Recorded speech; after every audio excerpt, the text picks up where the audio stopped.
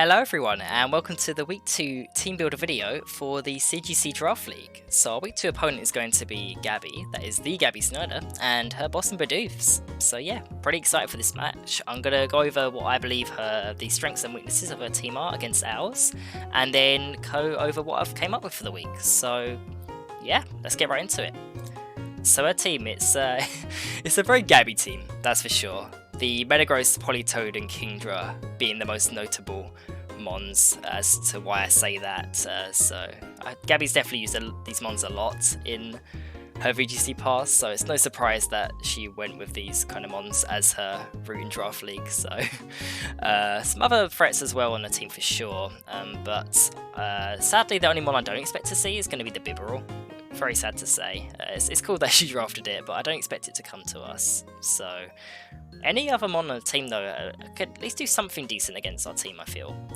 I do have a stronger feeling towards a particular 5 though that I will go over now. So Mew, Politoed, Kingdra, Nidoking and Perugly. I do believe these 5 are definitely all coming. So the Politoed Kingdra, despite it being definitely shut down quite hard by the Regigigas wheezing because of the neutralizing gas, which I'm so relieved to have for the rain mode.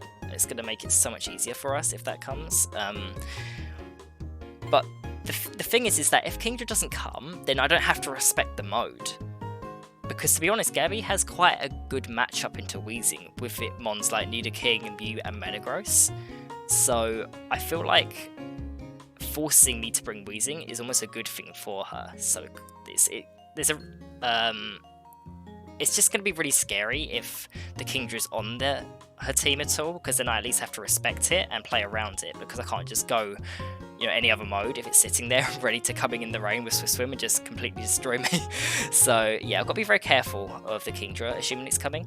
Nidoking is pretty good because we haven't got a particularly good matchup against ground types on our team. Raikou being one of the main stars of it, and then other mons like Steelix, Magmortar, the Wheezing, like I've already mentioned. It's a very strong mon that can dish out a lot of damage if Gabby's able to get the right speed control with it, so definitely a mon to watch out for. The Perugly, I believe, is definitely coming because outspeeding Regigigas is already such a useful tool to have, and the fact it also is a good fast fake out mon, it's just always a nuisance with those two. Regigigas Wheezing thrives best when it's just being oppressive and outspeeding everything with nothing to really contend it, but when there's a mon that can just fake you out, it can force you to make more defensive plays, protect against it, and just slows your momentum down a bit. So definitely an annoying mon for sure. And then the Mew, it's just such a solid mon in draft overall. It's so unpredictable, the fact it can just pretty much do anything, and it's got plenty of tools that I think can be useful towards us this week, whether it be like a Calm Mind, like a setup set maybe with like Aura Sphere for Umbreon, or maybe it's like a set that's like fast Will-O-Wisp for the Regigigas. I can see that happening as well.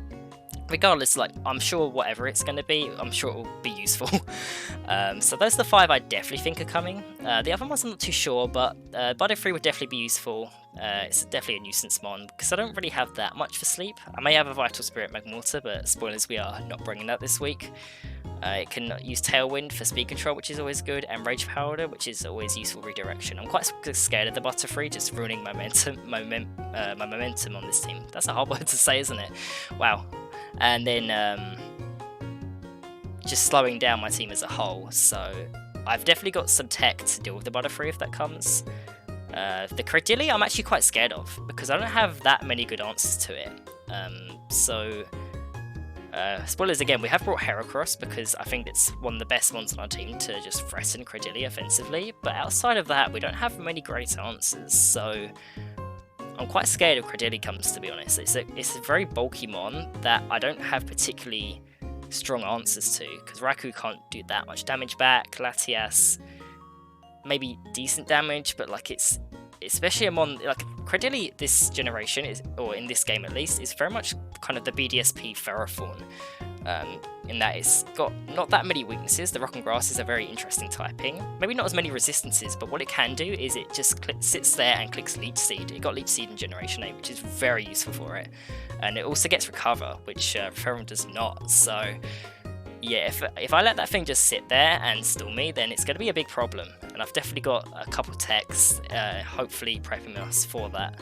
The Scum Tank is kind of good into Latias, which is why it's definitely something I can see Gabby considering. Sucker Punch is always good into Latias, of course, and it's overall not a bad typing by any means, so yeah, I can see that happening. Nidoking also gets Sucker Punch, which I can definitely see it being a tech move it runs because of our Latias this week, so that'll be interesting.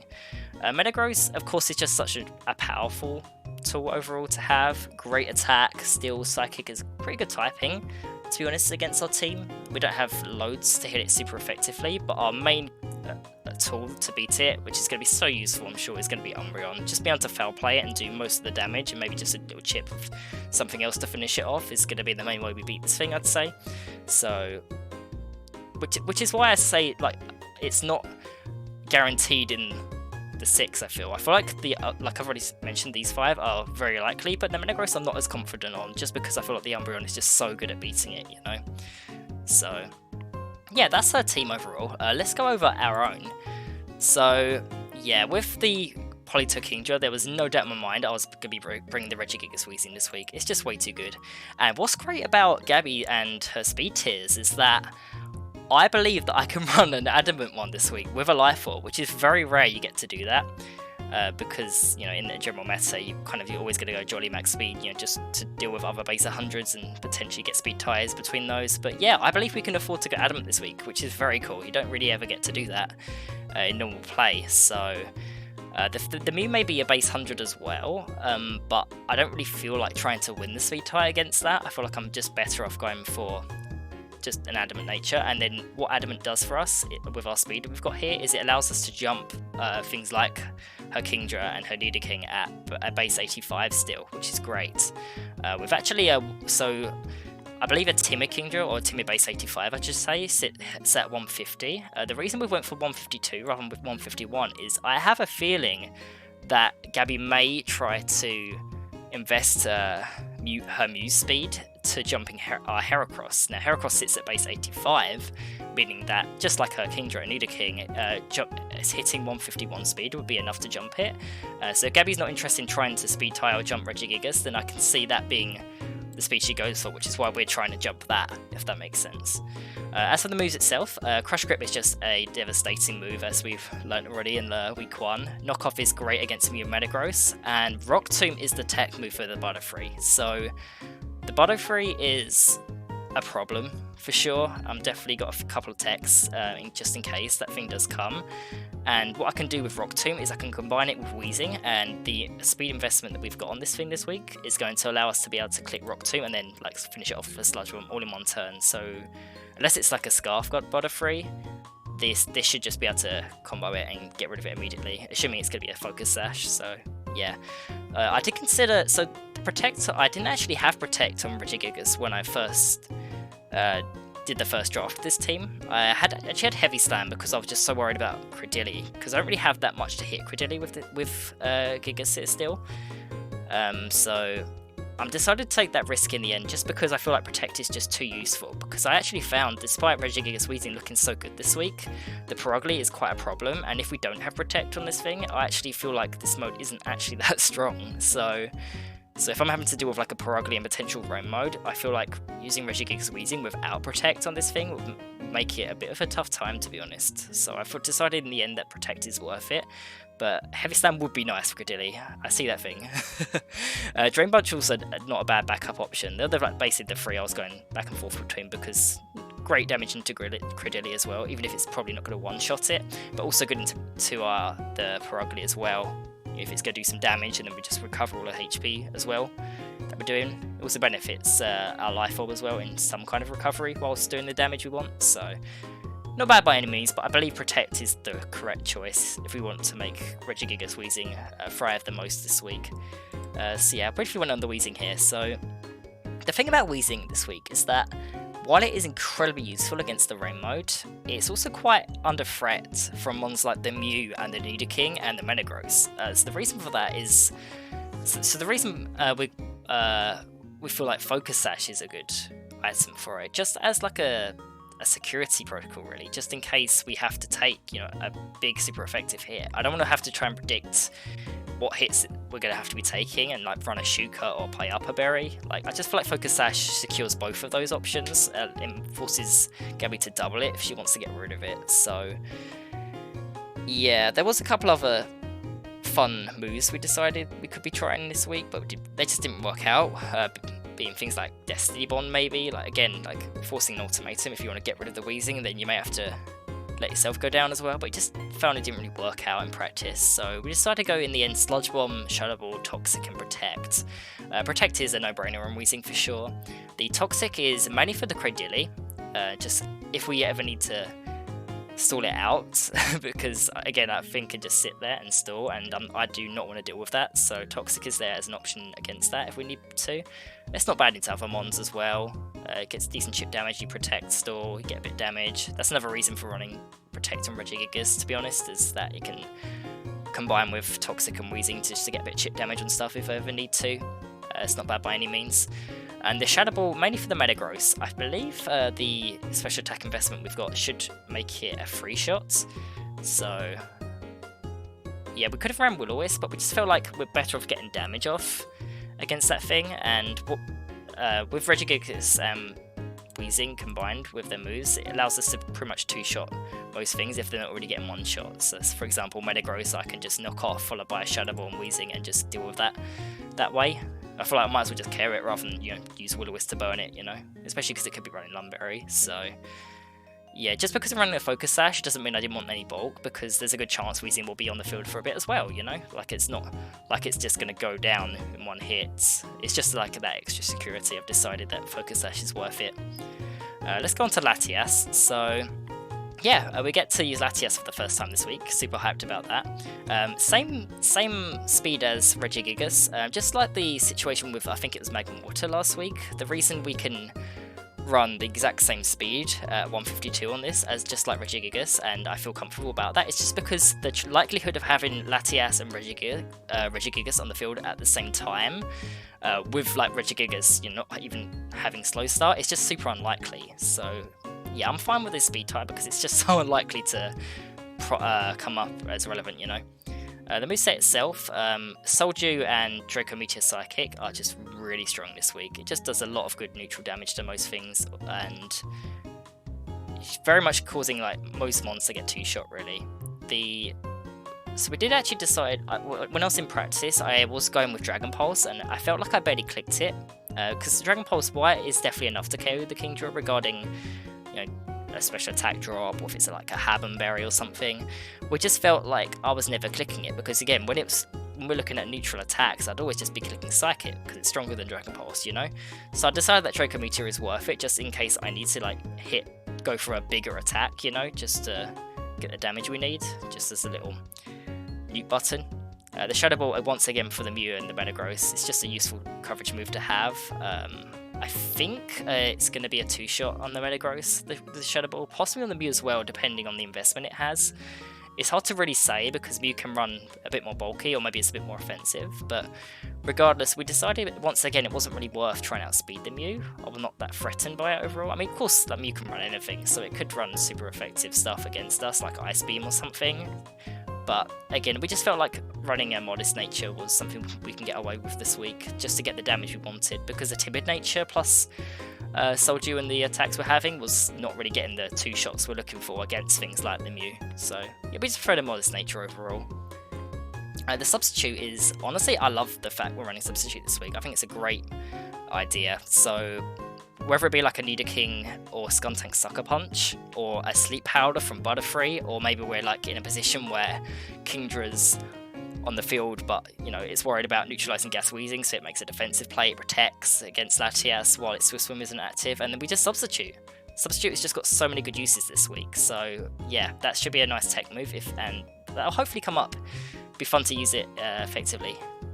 So Raikou here. We're going Specs this week, we're just going hard with it really, it just does so much damage to her team.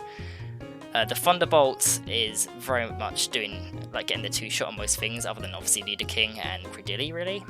The Extra Sensory is for the Needy King, of course. I could have ran Scold, but the issue with running Scold against a team with Credilli is just there's a lot more mind games to it. You know, I don't want to have to ever worry about the Storm Drain kicking in if I click Scold, so Extra Sensory just gets around that entirely. We also found against a Parag lead, Raiku's really good at dealing with it, so that's what the speed is for, to make sure we're jumping Paragly.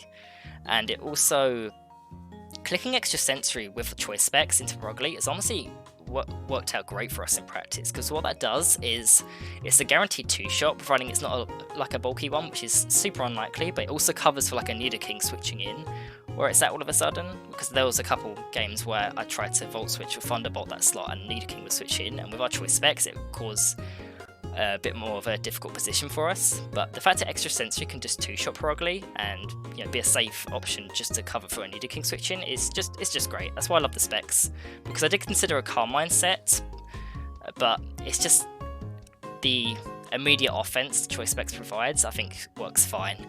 The Snarl being good against Metagross and the Mew as well is great. Nidoking, like, Snarl is just a good move on Raikou. It's very unlikely we're not going to use it in weeks, and Volt Switch for pivoting. Yeah, it's a good set, and I like the fact we're running Extra Sensory. It's that just that slight bit of spice, you know, because it's not exactly the move you always see on a Raikou in the regular meta. So let's move on to Umbreon. Pretty standard looking Umbreon. Again, defensive calcs to, you know, take certain hits and all that. I can't exactly remember specifics, but we found that this was just an overall good set for Umbreon. You know, very mixed. I would say it's a bit more specially defensive than the one we had last week, because to be honest, Gabby's team is quite especially offensive overall, whether it be the Kingdra, the Politoed, Nidoking, although Nidoking can run physical, and I would be surprised to see it this week with the Sucker Punch potential for Latias, but regardless, we think this is the best way to run Umbreon this week. We haven't got Moonlight because of the rain potential, even though Weezing can shut that neutralizing gas down. It's like it has to be on the field when Politoed is there for it to go down. It's not like when the rain's up, it's not like Weezing can switch and turn off the rain. The rain will be up at that point, therefore Umbreon is likely to have to play in the rain, and therefore we don't think Moonlight is as useful. All 4 of these moves in practice were coming in handy overall, so we just feel like this is the best way to run Umbreon. Citrus, I feel like if Umbreon's taking any attacks, it's probably going to take quite a bit of damage quite quickly, so we feel like Citrus is better than Leftovers overall. So yeah, the speed is hopefully jumping the Metagross and the Politoed. Bit of creep going on there, just because Metagross and Politoed hit 90 neutrally, so if Umbreon's able to jump both those mons and hit, you know, with a Foul Play or a Snarl, maybe even a Taunt on like a Perish Song Politoed, like, it's just going to be a very useful speed creep if we are able to pull that off. So hopefully we do outspeed those when it comes to it. And then Heracross as our final one. Heracross has been an absolute monster in practice, to be honest. The Raikou Heracross lead is particularly nasty if there's no Kingdra, I feel. It's just very difficult to get around. So the Choice Scarf and Moxie, what this allows us to do this week is it allows us to outspeed anything on her team, hit like a truck. So whether that be a close combat into Paragly, just deal with it that way. Mega Horn onto Mew, outspeeding it, not having to worry about that thing jumping us is incredibly useful. The tech move which I love the most is the Rock Blast. What we can do against Butterfree is we can just get around the Sash entirely by just Rock Blasting it. I'd love to pull that off, because definitely the tech move of the week, I feel. Of course, there is potential of Butterfree running a Scarf as well. In fact, we actually had a bulkier Heracross in practice, and then I think I was up against the Scarf Butterfree, and we found the Butterfree outsped my Scarf Heracross, and I wasn't having any of that, so we decided to, you know, remove whatever bulk we had initially and make sure that our speed is jumping a Scarf Butterfree as well, just in case that comes along. So yeah, even though a Guts set or Guts as our ability could be useful for potential like Scalds if we ever need to deal with it, we feel like we can get away with Moxie this week, and if we can get one Moxie boost, then nothing's going to want to take an attack from this thing, that's for sure. So yeah, I think that's mostly everything about the team. So Regigigas Weezing is a powerful mode that, I'll be honest, like, Protect was something that we theorised after the testing phase, and I never really tested it, but I feel like I'm going to have a lot more confidence using this duo now that we have Protect on Regigigas if I have to. because the main 4 that I found was most effective was Latias, Raikou, Umbreon, and Heracross. If I can use these 4, that'd be amazing, and if the Kingdra doesn't come, then we can most definitely use these without being threatened by the rain mode at all. So yeah, here's praying that Gabby decides not to bring the Kingdra, because we see, but I don't think it's going to happen, you know. I just think like Kingdra is still too much of a threat that I have to respect if it's there or not. So yeah, looking forward for this week. So I hope you'll join me when the battle goes up. Yeah, thank you very much for watching, everyone. Take care of yourselves, and I'll see you in the week 2 battle.